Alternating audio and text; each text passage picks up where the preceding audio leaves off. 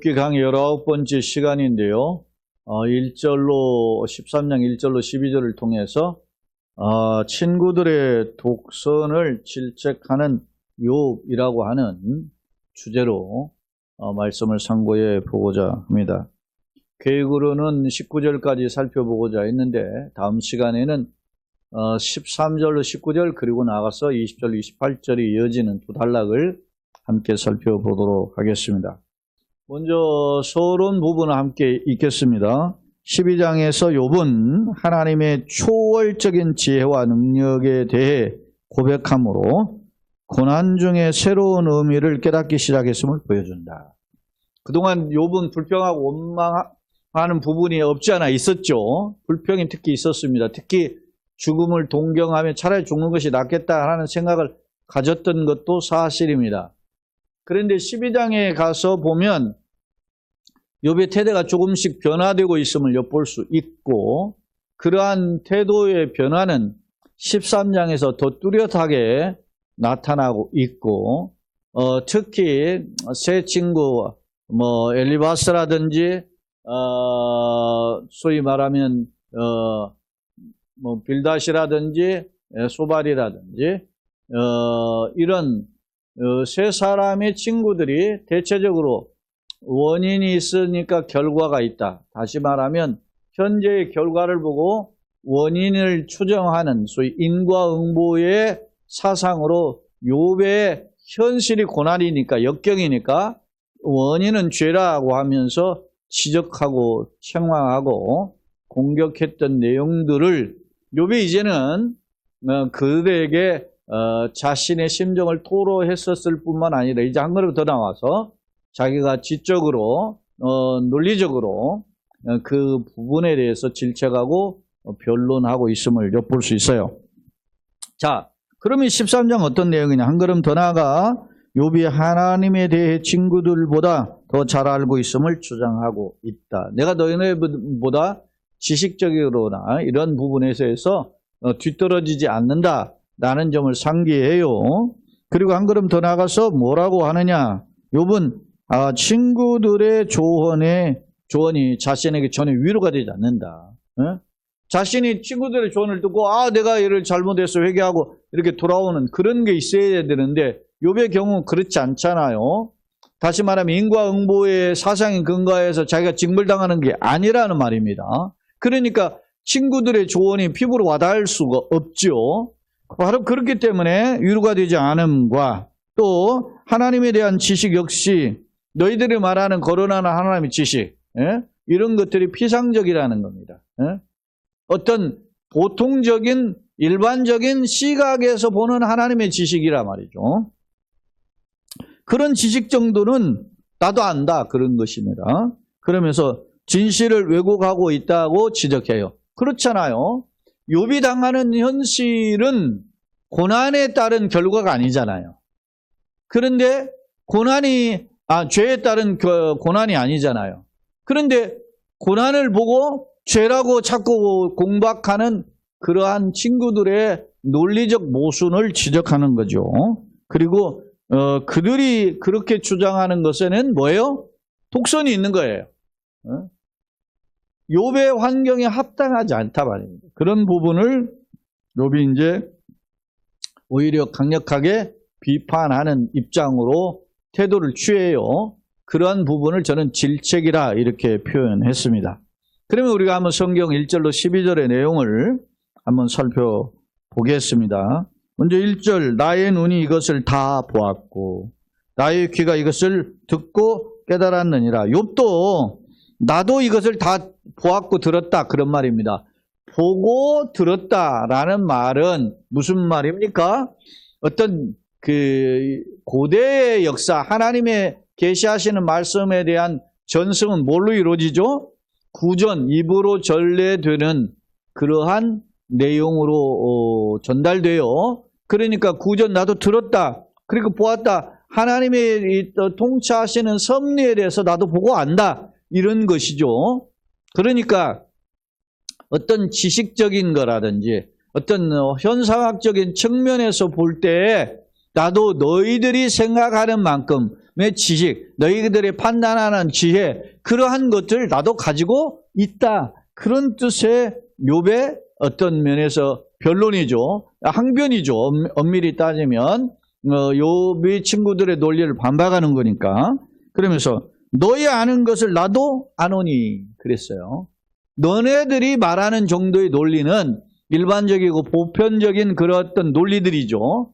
특히 그런 논리 중에는 인과응보가 있었어요. 그것을 나도 아노니 너희만 못하지 않다. 에?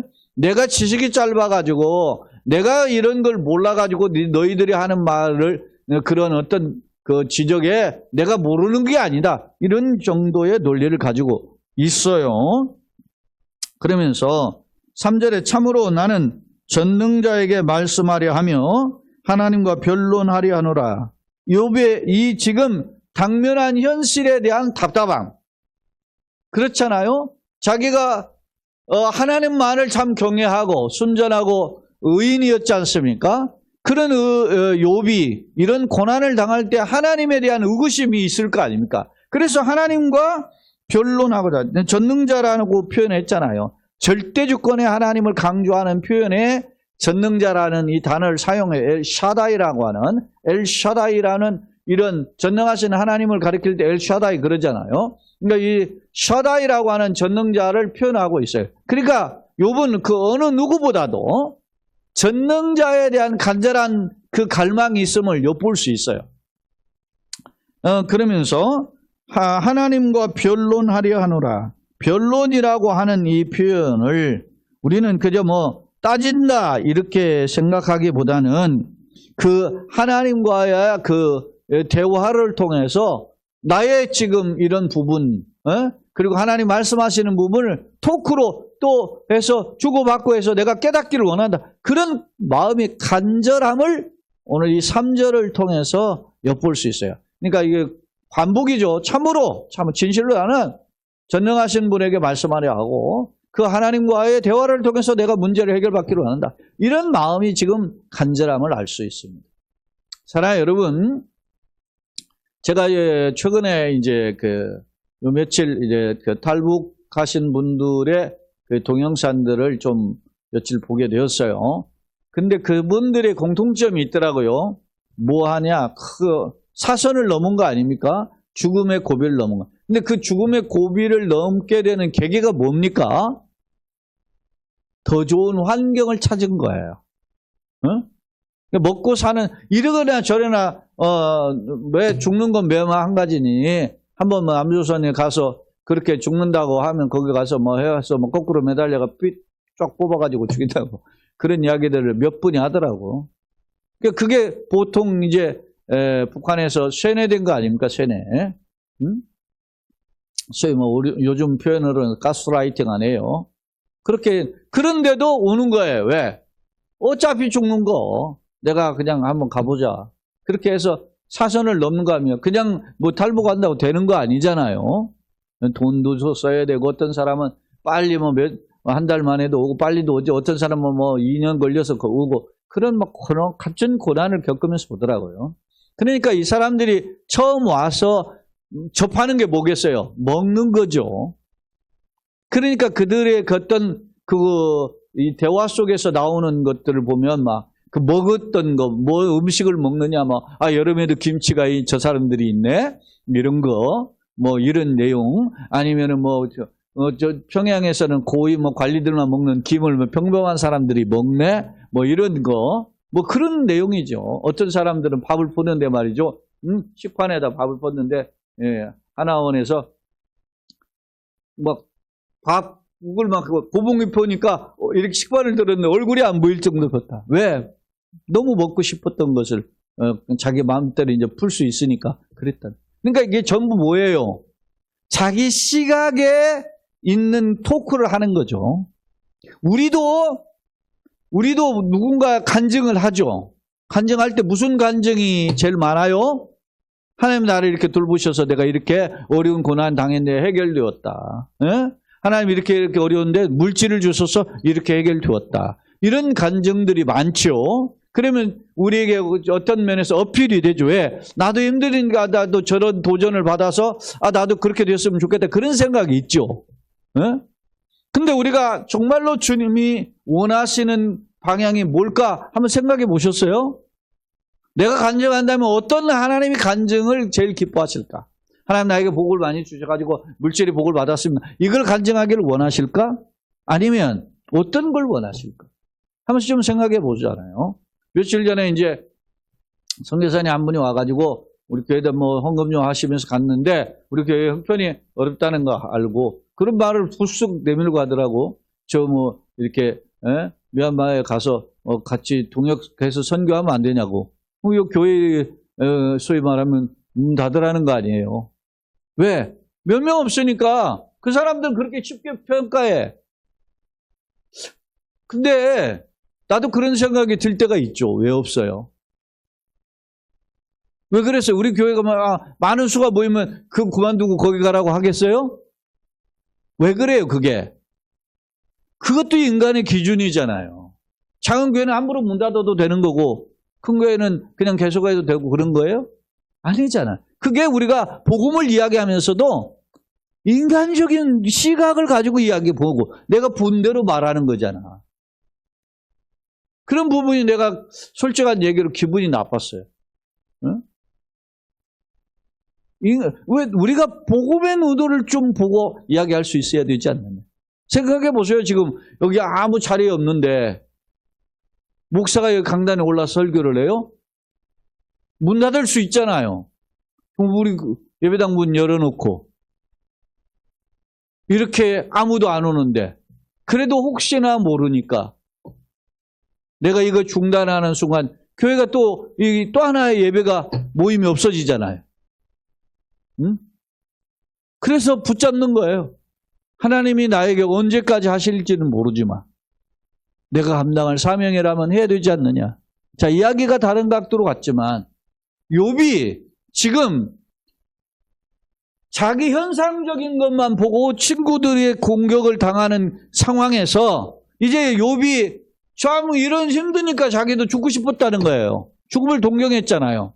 그러던 욥이 이제 눈꺼풀이 하나 벗겨지고 또 하나 벗겨지면서 하나님과 변론하면서 하나님의 뜻이 무엇인가를 알아가고자 하는 고민이 엿보여요. 욥이 지금 시간이 흐르면서 성숙한 껍질이 벗겨지고 있는 것을 엿볼 수 있잖아요. 자, 그러면서 한번 보세요. 너희는 4절 거짓말을 지어내는 자요 다 쓸모없는 의원이니라 이렇게 표현했어요. 너희는 친구들 셋을 가르쳐줘. 너희는 거짓말을 지어내는 자요 또 쓸모없는 의원이다. 욥을 위로하기보다는 욥이 생각하기에 나를 위로해 주기보다는 없는 말 가져다가 붙이자는 네 죄 있기 때문에 이따위로 하는 거 아니야 이런 식의 공격하니까 거짓말을 지어내는 자요 뭐라고 했어요? 쓸모없는 의원이니라 그랬어요. 쓸모없는 의원이라는 제가 히브리어를 살펴보니까 로페엘릴인데 이게 사이비 의사예요. 제가 뭐 공간이 적어서 이 교재에다는 좀 작게 적었는데 돌팔이 의사란 말입니다. 한마디로. 너희가 진단을 정확하게 하지 못하는 거야. 욥이 왜 이런 상황인지 진단을 못하잖아요. 목사가 영적으로 진단을 할 수 있어야 되지 않습니까? 성도가 내가 하나님의 말씀으로 나를 진단해 볼 수 있어야 되지 않습니까? 근데 3명 찾아온 사람들은 장황하게 하나님의 논리를 이야기하고 다 이야기하지만 욥에게는 정확하게 진단하는 의사가 아닌 사이비 의사, 돌팔이 의사였다는 거예요. 그렇게 욥은 지금 그들을 향하여서 이야기해요. 자, 5절에 너희가 참으로 잠잠하면 그것이 너희의 지혜일 것이니라. 차라리 말 안 하고 가만히 있으면 너 똑똑한 줄이라 알지. 모르면 중간이나 가라. 그런 말하고 비슷하잖아요. 잠언은 제가 교재에는 잠언서를 17장 18절을 적어놨어요. 사람이 아무 말 안 하고 잠잠하면 그가 똑똑한지 무식한지를 모르잖아요. 근데 모르는데도 자꾸 아는 체를 해. 그러면 저 사람이 모르다는 걸 알게 돼요. 내뱉고 스스로 무식한 것이 드러나는 거죠.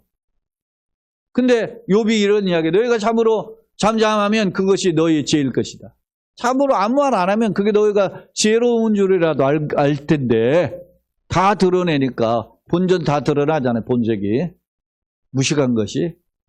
그렇게 욥은 지금 친구들을 비판해요. 자, 6절. 너희가 나의 변론을 들으며 내 입술의 변명을 들어보라. 에? 자, 한번 들어봐. 왜 너희가 잘못된 것인지를 내가 지적하겠다. 이런 말이죠. 그러면서 이제 7절로 11절은 욥이 말하고자 하는 욥의 친구들에 대해서 반문 형식, 질문 형식이죠. 반문은 묻고 답하는 거잖아요. 그런 반문 형식으로 질문을 하는 내용임을 엿볼 수 있어요. 자, 예컨대 7절 봅시다. 너희가 하나님을 위하여 불의를 말하려느냐? 그를 위하여 속임을 말하느냐? 하나님을 위한다고 불의를 말하라고? 하나님을 위한다면서 속임을 말할 수 있느냐? 없잖아요. 그죠? 근데 욥이 보기에는 친구들이 하는 말의 표현에는 하나님을 위한다고 말하기는 하지만 사실 하나님 영광을 드러내는 말이 아니야. 실제로 욥기 42장에 보면 하나님이 말씀하죠. 이치를 어둡게 하는 자가 누구냐 이렇게. 욥을 비롯하여 다른 친구들 전부 이야기하는 지적임을 엿볼 수 있죠. 이 7절은 바로 그런 의미를 담고 있음을 엿볼 수 있어요. 친구들이 하나님의 공의를 변호한다는 명목으로 말하지만 오히려 욥이 보기에는 진실을 왜곡한다. 그렇게 지금 평가하고 있어요. 8절. 너희가 하나님의 낯을 따르려느냐. 이게 그러면서 그를 위하여 변론하려느냐. 낯을 따른다라고 하는 것은 하나님 얼굴을 그렇게 하나님의 얼굴을 향하여 듣는 거죠. 그러니까 하나님 편 든다는 거예요. 응? 너희가 정말 하나님 편을 들려고 하느냐? 응? 그러면서 오히려 하나님 편을 들으면 하나님이 기뻐하시는 지혜를 가지고 하나님이 기뻐하시는 분별력을 가지고 욥의 상황을 판단하고 그리고 평가해야 되잖아요. 그런데 욥의 세 친구들은 하나님 편을 든다고 하나님 이름을 거론하면서 어떻게 하고 있습니까? 욥을 비판하고 있잖아요. 누구와 같아 지금? 지금 사탄이 찾아와가지고 하나님께 하나님 복 주시니까 욥이 불평하지 않는 거 아닙니까? 그러니까 이제 허용을 하시잖아요. 그럼 네가 한번 해봐라. 복을 걷어가봐라. 그러니까 걷어갔더니 어떻게 해요, 욥이? 여전히 하나님을 내가 고통도 힘들고 했지만은 약간 불평이 섞이긴 하지만 그러나 원망하지는 않고 원망하고 차라리 죽으라는 아내를 향하여서 네가 어리석은 여자와 같다 그래 표현하잖아요. 그러면서 이제 욥이 어떻게 해요? 한 걸음 더 성숙해서 껍질을 벗겨진 것처럼 아래서 깨나온 것처럼 해서 하나님 앞에 토로하고 있잖아요. 근데 욥의 친구들은 어떻게 합니까? 하나님 이름을 거론하면서 욥을 향해 비판하는 것은 너희가 하나님의 낯을 따르느냐 그러면서 그렇게 하나님을 위한다고 하면서 왜 딴짓 하느냐 이런 표현이에요. 9절 하나님이 너희를 감찰하시면 좋겠느냐 너희가 사람을 속임같이 그를 속이려느냐 하나님이 너희를 감찰하시면이라고 표현했어요. 이 감찰이라고 하는 하카르라고 하는 것은 자세히 살피는 걸 의미해요. 예? 우리도 감찰이라는 한자 단어가 세밀하게 살피다 그런 뜻이잖아요. 그런 뜻으로 자세히 또 조사한다. 그리고 심지어는 10년 그걸 다 꿰뚫어 본다. 그것을 표현한 것이 감찰이에요. 그러니까 욥은 정죄하는 친구들에게 오히려 자신을 정죄하는 친구들 오히려 하나님이 너희를 정죄하면 어떻게 하려고 하느냐라고 지금 반문하고 있어요. 너희가 사람을 속임같이 그를 속이려나 하나님을 속일 수 없다. 그렇게 지금 이야기해요. 10절 만일 너희가 몰래 낯을 따를진데 몰래 낯을 따르는 앞서 하나님의 낯을 따르려느냐 이게 표현이 있었잖아요. 이 낯을 따른다라는 것을 얼굴을 그렇게 향한다라는 거예요. 그러니까 알겠습니다. 쫓아가는 거죠. 추종하는 것을 의미해요. 그러니까 너희가 몰래 낯을 따를지는데 그가 반드시 책망하시리니 라고 표현하고 있어요. 자, 10절의 내용은 자신들이 생각과 주정을 따라 무조건 하나님 편을 드는 거예요. 자신의 생각과 하나님의 뜻을 따라서 그 뜻을 따라가야 되는데 자신의 생각을 가지고 자꾸 주장하면 이게 하나님 뜻이라고 이야기 안 나와야 됩니다. 오늘날도 마찬가지 아닙니까? 제가 말이죠. 소위 말하면 진보 보수 나눠지는 나라뿐만 아니라 세계를 이야기하면서 제가 이야기했죠. 오늘 새벽도 이야기했죠. 미국이라는 나라가 진보 보수로 갈라져 있어 이번에 나왔는데 보수는 어떻고 진보는 어떠는가 제가 미국에 대해서 평가했잖아요. 응? 미국의 상당수 보수 기독교가 말이지 열광을 했지만 그들 들여다보면 뭐예요? 미국을 우선주의에 부흥시키겠다는데 내용을 들여다보니까 뭐예요? 협박하였어. 가난한 나라 협박하고 힘없는 나라 협박해가지고 빼다가 삥 뜯어가지고 미국 부자 만들면 좋겠습니까? 에? 그걸 하나님이 원하신다고 생각해요? 잘못됐잖아요. 그럼 진보는 어땠습니까? 성평등 뭐 외치고 낙태 외치고 막 그랬는데 그 성평등에는 뭐가 있어요? 동성애 있고 뭐 각종 그런 것들이 들어가 있잖아요. 그리고 뭐 여성의 인권 자유를 주장하면서 낙태를 생명을 해야 하는 짓을 하잖아요. 미국이 사실 망하는 길로 가는 거예요. 그러니까 선거는 어떤 뜻이에요? 최선을 뽑는 것이 선거잖아요. 근데 최선을 못 뽑아. 최차선도 못 뽑아. 왜? 지금 보니까 다 후보들이 다 악해. 차악을 뽑는 거지, 차라리 차악. 최악을 뽑지 않고 차악을. 우리나라 똑같은 거 아닙니까? 우리나라도. 이 나라 뭐가 이 꼴이 이렇게 된 이유가 뭐예요? 지도자들 때문에 그런 거 아니에요? 지도자들이에요, 저는. 한 사람 때문만이 아니야. 이런 상황이기 때문에 우리가 나라 민족을 붙잡는 거죠. 말은 하나님 이야기를 해요. 그런데 하나님 이야기를 하는 거 들여다보면 인간의 계획과 판단, 추구가 있으면서 그걸 하나님의 도용한단 말이에요. 그래서 우리가 껍데기를 보지 말라는 거예요. 저 사람이 목사니까, 저 사람이 장로니까 무조건 지지하는가. 잘못됐다는 거지. 저 사람이 정말 하나님 뜻대로 사는가. 중요하다 말입니다. 그것을 분별하는 그런 지혜와 능력을 주옵소서. 매우 중요하죠.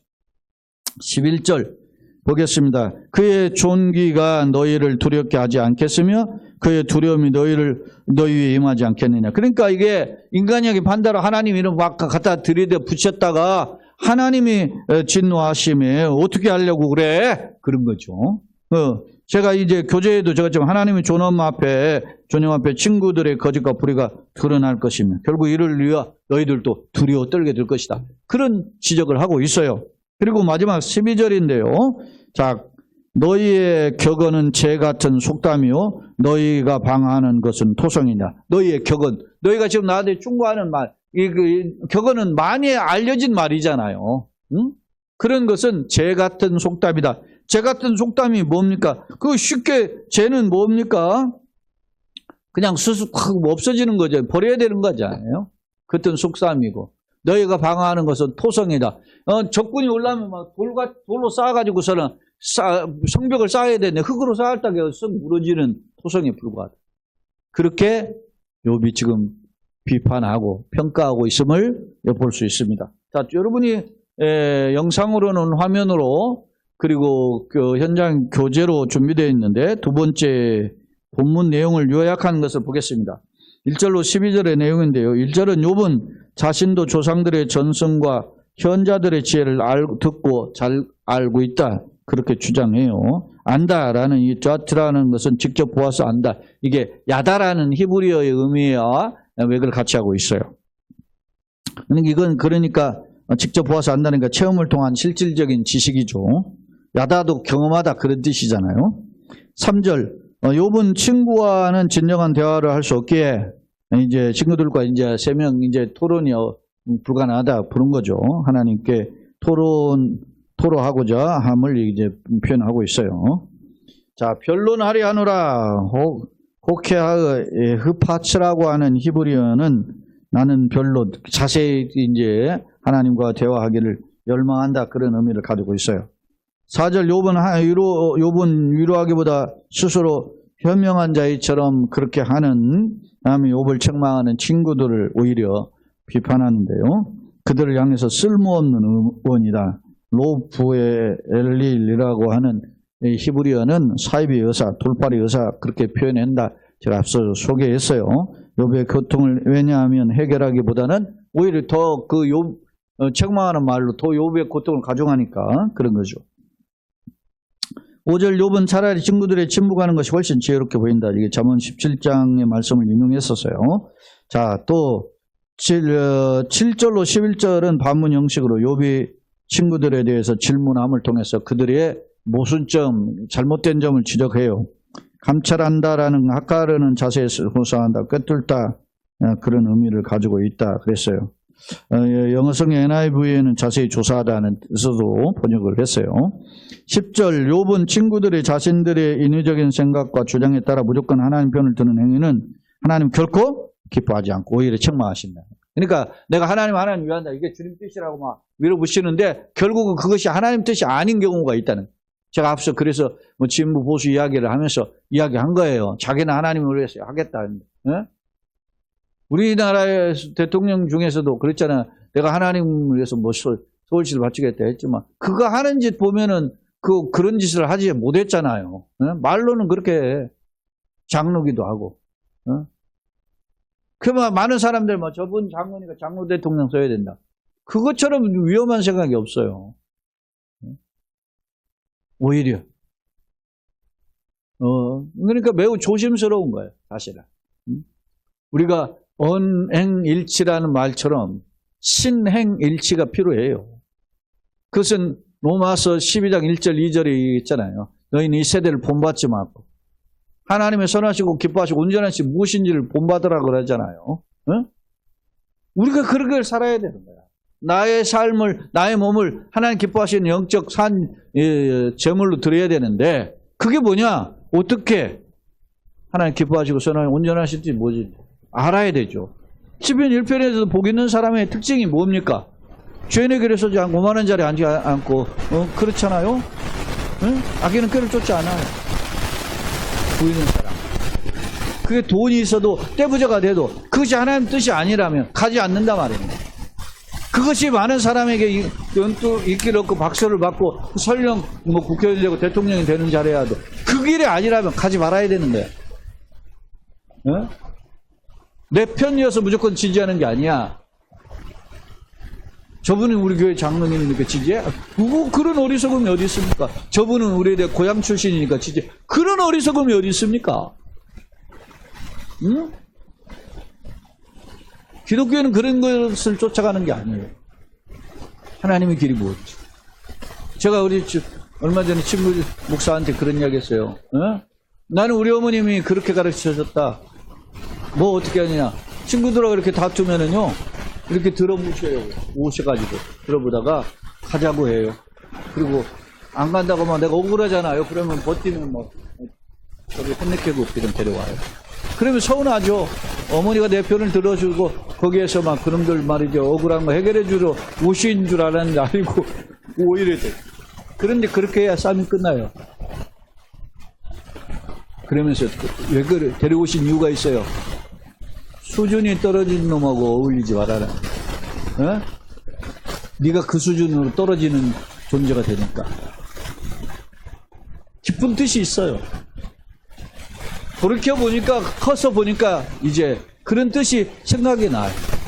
옛날에는 서운했는데. 성경의 원칙이에요. 내가 보기에는 그게. 하나님 기뻐하시는 길 아닙니까?